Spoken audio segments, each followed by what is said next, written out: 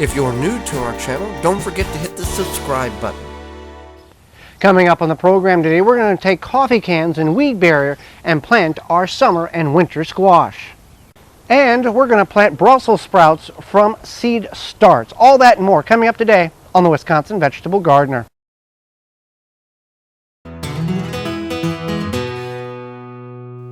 Sponsored by migardener.com, with over 450 varieties of non-GMO, heirloom, organic flowers, vegetables, and herb seeds, all for 99 cents. migardener.com.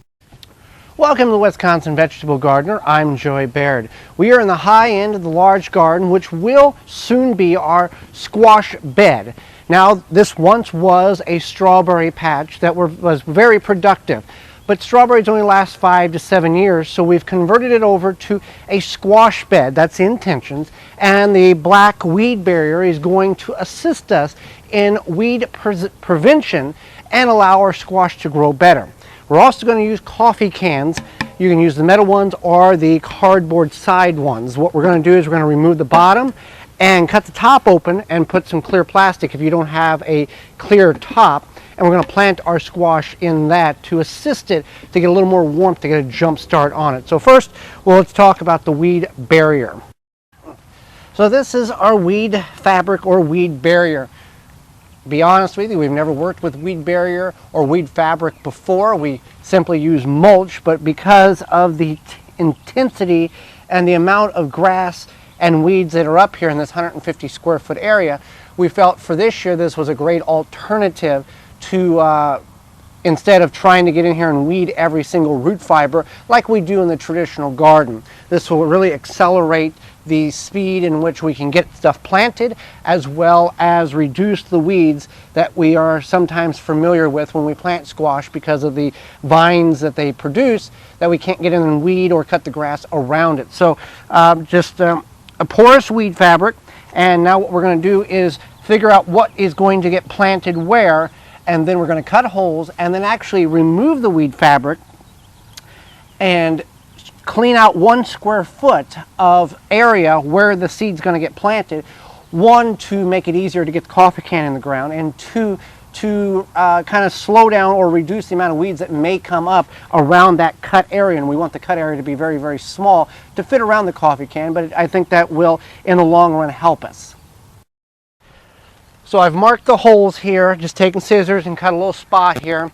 Now it's going to serve a couple purposes. 1, I know where I'm going to plant, and 2, what I'm doing is I'm going with the Pro Plugger 5-in-1 planting tool, and I'm actually cutting and puncturing, making a divot and removing the soil from that particular area. And then I'll remove back the weed barrier, and then I can do my square of root removal. You can see it creates a plug, and then they get stored up in the tube here, and then they come right out. So this works good for this application as well. Okay, so I've gone through, and everywhere I put a hole and used a Pro Plugger to make a marking under the weed barrier. I pulled the weed barrier back, and I've done 1 square foot of loosening the soil and removing any of the big roots that I see. So the next step is to get the coffee can, cut the bottom off, and fit them in all of these little holes that are nestle them in very tightly to prevent any weeds from coming up around it. And then I'll top the whole thing off with grass clippings, leaves, yard debris over top of this. The water will go through the weed barrier as well as it's soaking through because the soil is very wet here and I got my knee on it. So then we'll plant the squash, and then we'll cover up the weed barrier, and then I'll just progressively go across the garden. Now we're doing zucchini here. This will work for any vegetable, but we'll do zucchini on the high end, and this next row will probably do more of the viney squashes, maybe pumpkins or melons of some sort of that. So with the coffee can, you can use the metal kind. This is the cardboard kind, and we're going to leave it on the entire season. Now this will biodegrade and compress down, but the metal kind you can use over year after year. The reason why we want to leave it on during the whole growing season is it's easier to water. If you're top watering, the water goes right into the root system and it doesn't flush away. So we do want to remove the bottom here. You can do that a number of ways. Just cut it off. and with a knife. With these, if you can get a little bit assistance, they'll pop right off. Now with the lids here, what we want to do is we want to take and cut the center portion out. And then we can use an old Ziploc bag, saran wrap, and it doesn't have to be perfect here, it has to be functional.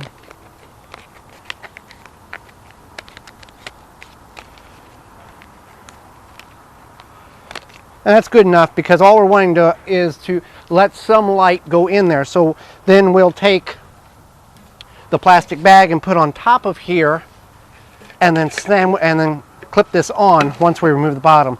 So I'll get the bottom removed and then we'll get one planted. Okay, so we've got this hole here. Now what I'm going to do is I'm going to use Dr. Earth fertilizer, and we are going to plant some gray, in this hole, some gray summer zucchini squash here. So what we want to do is, with this particular weed fabric, we can kind of tear it a little bit, and we just want it to be enough that we can fit it there, remove any weeds, and then the top's going to go on there. We're going to put a piece of plastic over it.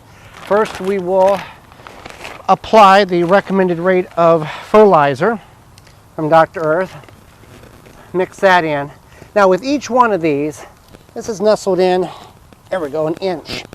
I'm going to plant 2 seeds, just like you would in the heel. Space it on each side. I'm going to put one there and then one on this side, 1/2 inch deep. And then we will cover it up, put a piece of plastic on, put our coffee can lid on, snap it in, and that's it. What I'll do is the rest of these, and then I'll bring in the rest of the shredded grass or the shredded leaves and the grass and cover this up and create another row. And that's how simple it is to use coffee cans and weed barrier to plant squash and melon. So I got the back row planted, and I got them covered with plastic to keep them warm, and whenever they germinate, then we'll leave the plastic on there, we'll vent it a little bit, and as the days get warmer and we get to the point where we're safe, we can go ahead and move the plastic off and climatize it, kind of harden them off even though they're outside. I've taken grass clippings and the weeds that I've dug out of other beds, laid on top of the weed fabric. I'll bring more of that weeds that I've harvested or dug out and weeded and bring over and cover this plastic. Now in this here I showed how we marked with the Pro Plugger, then took 1 square of soil out and worked it with the garden fork, and then put the weed barrier back on. Well, there's other ways of doing it to make it a little more efficient and time saving. Now on the back here I've got 6 zucchini plants. They're bush plants, but they do vine a little bit, so these are probably a little tighter than what they should be, but I'm okay with that because I can always take one out, for instance, if things get too crowded, rather than I wish I had an extra one in there. This here, we're going to have vining crops. We're going to have melons, we're going to have viney squash, butternut, some pumpkins, that type of thing here, and we're going to trellis them or train them to go this way.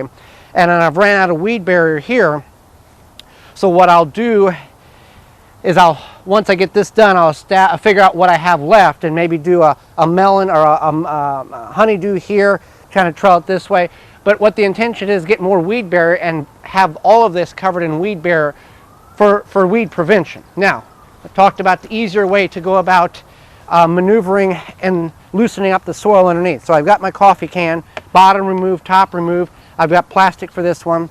And you see how I've offset these? I don't have to always put them in the center. I can bring them more towards the edge to give more room for the upper plants.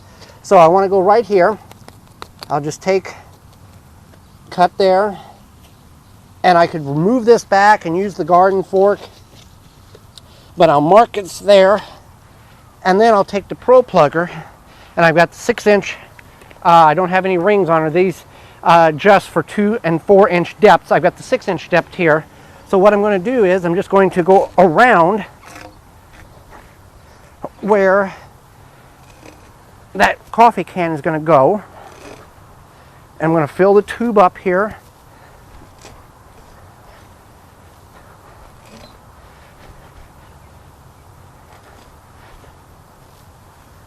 Okay, so you can see I've got that pretty much dug out there. I pull some of those roots out. Put the coffee can back in. Then empty the Pro Plugger here. And then I'm just going to loosely break apart the clumps here so I have a good seeding bed for the seeds. And any roots that are in here I'll remove. But this is a quicker way than removing the weed barrier, working the soil with the garden fork. And it fluffs the soil, gives a good loose area for it. And that's a quicker way. And then I'll go ahead and plant my seeds, and I'll bring some more weeds in here. You can see that's what I've weeded from other beds, just brought in, threw on top the weed barrier to keep it down.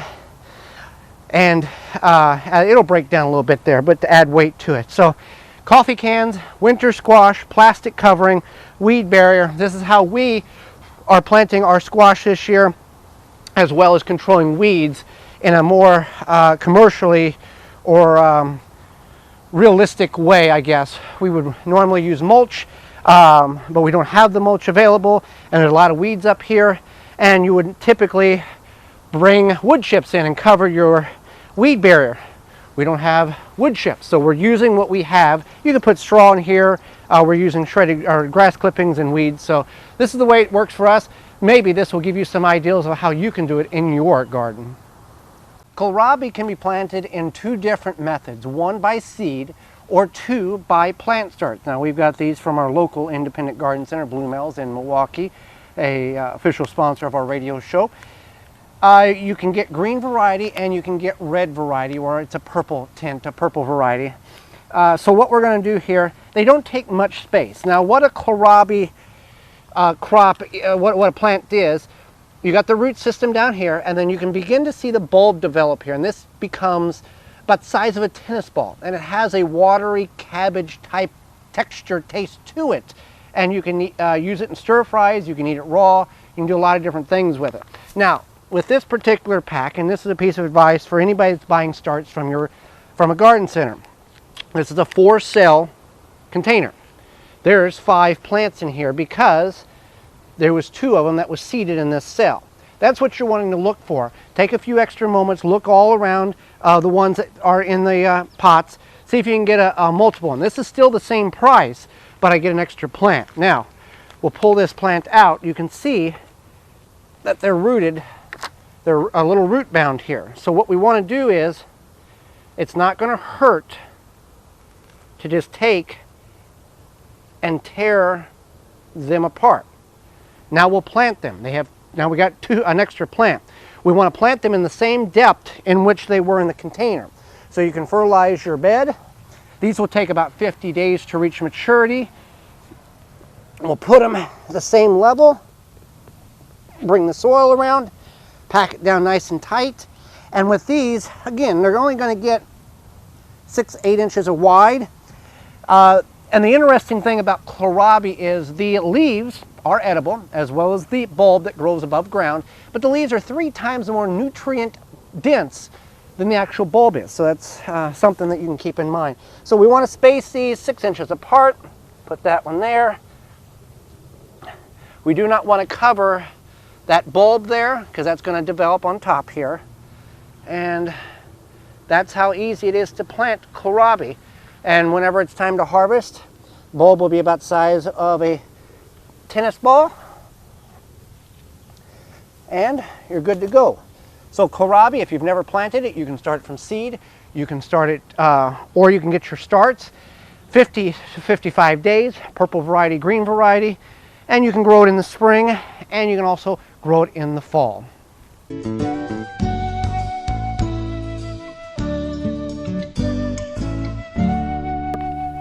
So Brussels sprouts are a very cool crop to grow. It's a cool weather crop, but it can grow all summer long.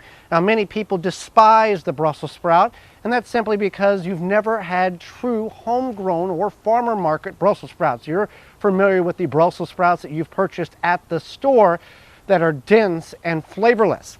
So if you've never had Brussels sprouts from the garden, you are truly missing out. Give it a chance. We've got these from our local garden center, independent garden center here in Milwaukee, Bluemel's, official garden center of our radio program. Now what we're going to do, we started some, they're smaller, but I wanted to get a jump start, so I purchased these. Now these are in 4-packs, and we've just planted the kohlrabi here. The kohlrabi is going to take 45 days to reach maturity. Now, Brussels sprouts, the label says 85 to 90 days to reach maturity. Now, I will plant these now, and it will be October before they get close, or early November before they get close to maturing. The things you want to keep in mind, so the label's not always correct, at least from our experience on this particular vegetable.